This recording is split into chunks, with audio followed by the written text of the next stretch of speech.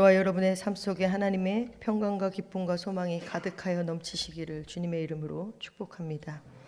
무엇을 바라보며 사는가는 너무나 중요합니다. 멀리 바라보는 눈, 궁극적인 것을 바라보는 눈, 또 본질적인 것을 바라보는 영적인 눈을 지녀야 이 세상에서의 신앙 여정을 흔들림 없이 걸어갈 수 있게 됩니다. 하지만 영적인 눈이 어두워지면 신앙의 여정에서 비틀거리고 넘어질 수밖에 없게 되지요. 이삭의 가족이 그러하였습니다. 이삭만이 아니라 가족 모두가 제각각 자신의 욕망에 영적인 눈이 멀어 버렸습니다.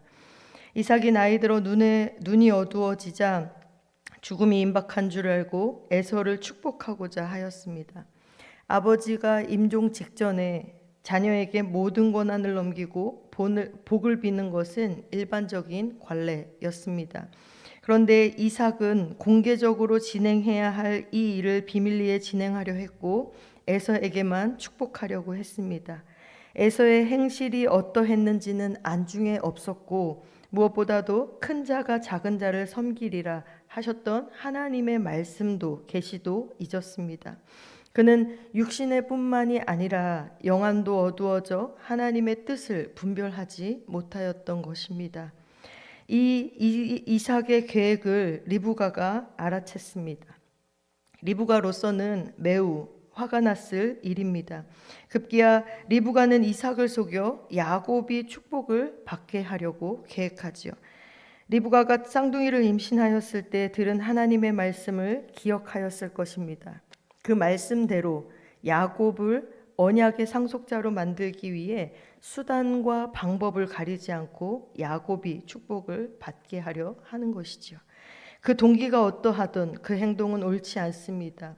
하나님의 전능하심을 믿는다면 하나님이 이루실 것을 믿고 우리는 이 모든 일에 거룩함을 추구해야 하는 것입니다. 리브가는 야곱에게 내 말을 따라 내가 내게 명령한 대로 가져오라, 따르라 라고 말하는 것을 볼 수 있습니다. 이 말에는 하나님의 계시를 행하려는 자의 의지가 아니라 자신의 뜻을 이루고자 하는 의지가 담겨 있죠. 남편을 설득해 바른 길로 인도하려는 선함도 하나님의 뜻을 구하는 그 신실함도 찾을 수가 없습니다. 그저 인간적인 실수만이 가득할 뿐이지요. 리브가의 계획은 철두철미하였습니다. 염소 새끼 2마리를 준비한 것은 야곱을 위장할 가죽을 충분히 얻기 위한 것이었습니다. 야곱이 아버지의 축복을 받기 위해 한 일이라고는 그저 좋은 염소를 고르는 것뿐 음식까지 리브가가 만들어 주었습니다. 야곱은 아버지를 속이려는 계획이 탈로 나서 축복은커녕 저주를 받게 될까 두려워하는 모습을 볼 수 있습니다. 그러자 리브가는 그 저주를 자신이 대신 감당하겠다고 말하는 것을 볼 수가 있지요. 자식을 위해서라면 저주까지 받겠다는 극진한 모성처럼 보이지만 실은 하나님의 주권을, 하나님의 전능하심을 인정하지 않는 불신앙일 뿐입니다. 복과 저주의 대상을 자신이 정할 수 있다고 착각하고 있는 것이지요. 리브가는 야곱이 복을 받는 일에 모든 관심을 쏟았지만 정작 복을 주시는 분이 누구신지 바라보지를 못하였습니다. 우리는 복 자체가 아니라 복을 주시는 하나님을 사모해야 할 것입니다. 이삭의 가족은 너무나 중요한 순간을 보내고 있으면서도 서로 각기 다른 곳을 바라보았습니다. 서로의 눈을 맞추고 서로를 바라보며 위로할 시간에 욕망에 눈이 벌게 된 것이지요. 이렇게 욕망에 사로잡히면 중간에 멈출 수가 없습니다. 어느 순간 내가 욕망을 품은 것이 아니라 욕망이 나를 사로잡아 버리게 되는 것이지요. 이삭의 가족은 욕망의 늪에 빠져 서로를 속이고 의심하는 모습을 보여주고 있습니다. 리브가는 두 아들의 미래에 관한 하나님의 말씀을 자기의 방식대로 이루려고 치밀하게 계획을 세웁니다. 에서의 옷을 야곱에게 입히고 염소 가죽으로 야곱을 에서처럼 위장시키기도 합니다. 염소 새끼를 잡아 이삭을 위한 별미를 만들었습니다. 야곱이 축복을 받을 수 있게 일사불란하게 모든 일을 자기가 해결하려고 합니다. 이 어느 곳에도 하나님의 개입을 기대할 수 없을 정도로 말이지요. 하나님의 복을 구하고 누리는 것은 하나님과의 친밀한 관계를 말하는 것입니다. 하나님을 배제한 하나님의 복은 있을 수가 없지요. 야곱은 형 에서의 옷과 염소의 가죽으로 위장하고 아버지 이삭에게 갑니다. 그런데 훗날 창세기 37장에 보면 야곱이 아들들에게 옷과 염소를 통하여 똑같이 속임을 당하는 것을 볼 수가 있습니다. 우리가 행한 어떤 일이 때로는 나에게 그대로 되돌아올 때가 있습니다.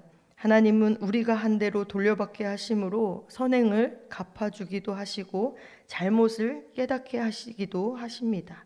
그래서 마태복음 7장 12절 말씀, 남에게 대접을 받고자 하는 대로 너희도 남을 대접하라 라는 말씀을 기억하고 선을 행하는 저와 여러분이 되어야 합니다. 야곱은 별미를 가지고 이삭에게 나아가 내 아버지여 라고 부릅니다. 이삭은 내가 누구냐고 묻습니다. 이삭은 그가 에서인지 3번이나 확인합니다. 그때마다 야곱은 뻔뻔하게 거짓말을 하지요.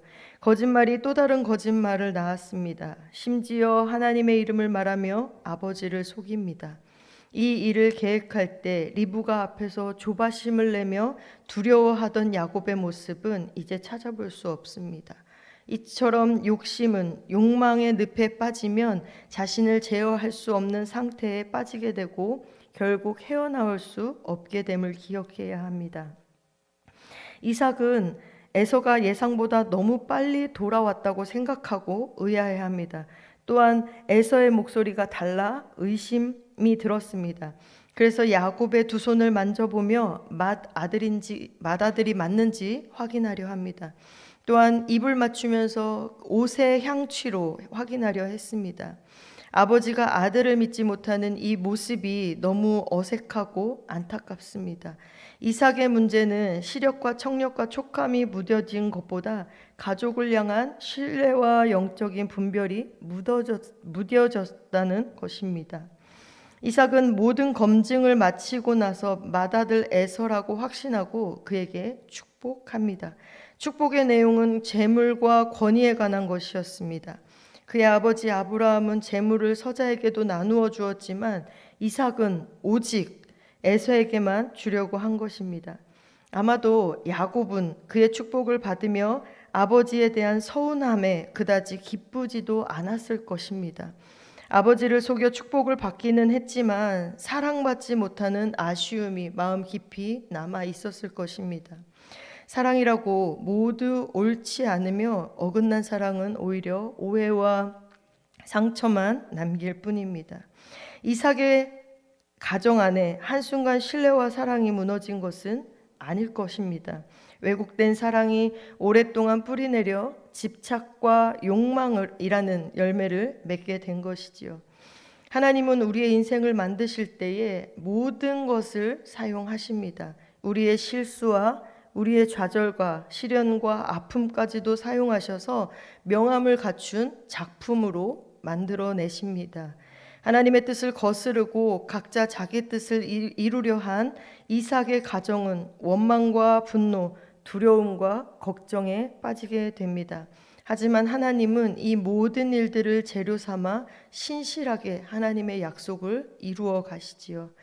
야곱은 아버지의 축복을 받고서 에서가 도착하기 전에 장막을 빠져나갔습니다.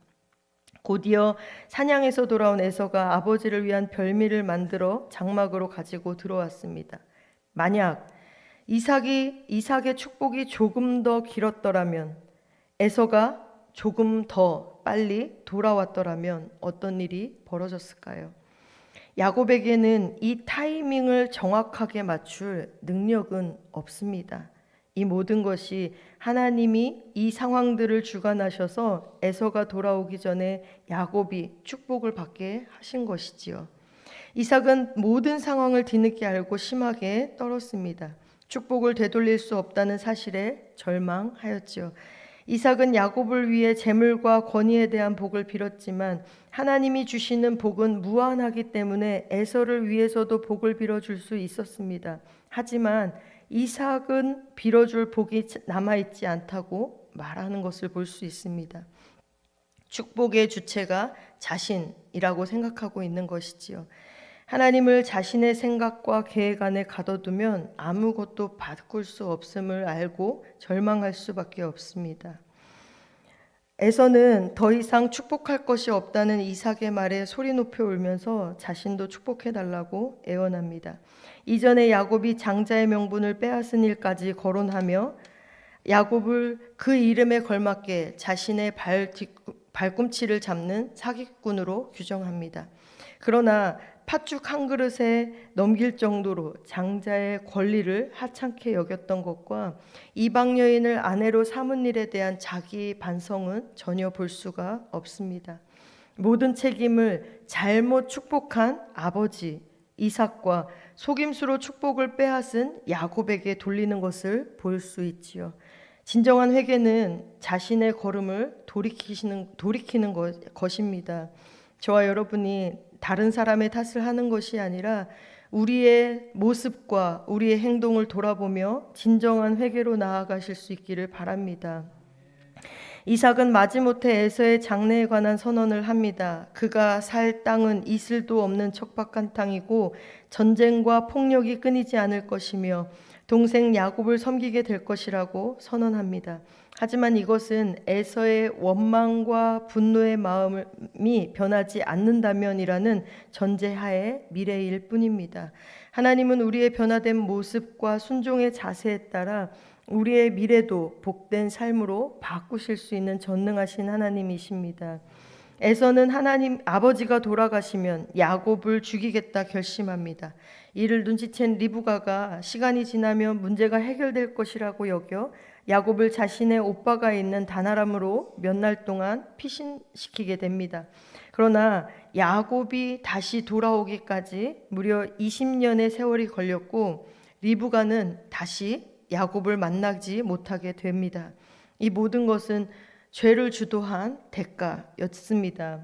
죄에는 반드시 대가가 따른다라는 사실을 기억하고 죄의 길에 서지 않도록 철저히 경계해야 할 것입니다. 이삭의 가정은 이로써 고통의 시간을 보내게 됩니다. 이삭과 리브가는 후회와 그리움으로, 에서와 야곱은 분노와 두려움의 마음으로 긴 세월을 살아가게 됩니다. 하지만 그 모든 시간 속에 하나님이 함께 하시며 그들을 향한 약속을 신실하게 이루어 가십니다. 진정 우리의 모든 삶의 계획과 반응들이 하나님의 신실하신 섭리의 재료가 된다라는 사실을 기억하며 어떠한 상황과 환경 가운데 있을지라도 하나님의 선한 길을 선택하여 그 길만을 오롯이 걸어갈 수 있는 저와 여러분들이 되시기를 주님의 이름으로 축복합니다. 기도하겠습니다. 하나님, 오늘 부른 찬송의 가사처럼 우리의 어두운 눈을 밝혀서 진리를 보게 하시고 막혀진 우리의 귀를 여셔서 주님의 귀한 음성을 듣게 하여 주옵소서. 봉해진 우리의 입술을 열어 주님의 복음을 전하게 하여 주옵소서. 그리하여 하나님의 기쁘신 뜻을 알며 주님 주시는 기쁨과 사랑을 찾게 하시고 하나님이 기뻐하시는 선한 길로 나아가는 저희들의 삶이 되게 하여 주옵소서. 하나님, 이 시간 마음과 생각과 육신의 질병으로 고통 중에 있는 성도들을 기억하여 주시고 긍휼과 자비로 함께 하시며 하나님의 말씀으로 성도들을 위로하고 주님의 동행하심이 새 힘이 되게 하여 주옵소서. 치료하시는 하나님의 능력을 경험하고 하나님이 함께 하셨음을 고백하는 삶이 되게 하여 주옵소서. 오늘 영유아부 여름 성경학교를 시작으로 우리 교회 각 교육부서의 여름 사역이 시작됩니다. 폭포수와 같은 주님의 사랑을 알고 깨닫고 배우게 하시며 그 사랑을 나누며 전하며 살아가는 예수님처럼 서로 사랑하는 아이들로 성장할 수 있도록 인도하여 주옵소서. 이 시간 정성을 다하여 1,000번째 예물과 감사 예물을 올려드립니다. 받은 은혜와 사랑에 감사하여서 또 마음의 소원을 담아 드리는 귀한 예물을 하나님 기쁘게 받으시고 하나님의 공급하시고 돌보시는 은혜를 더욱더 누리는 삶이 되게 하여 주옵소서. 감사드리며 예수님의 거룩하신 이름으로 기도합니다. 아멘.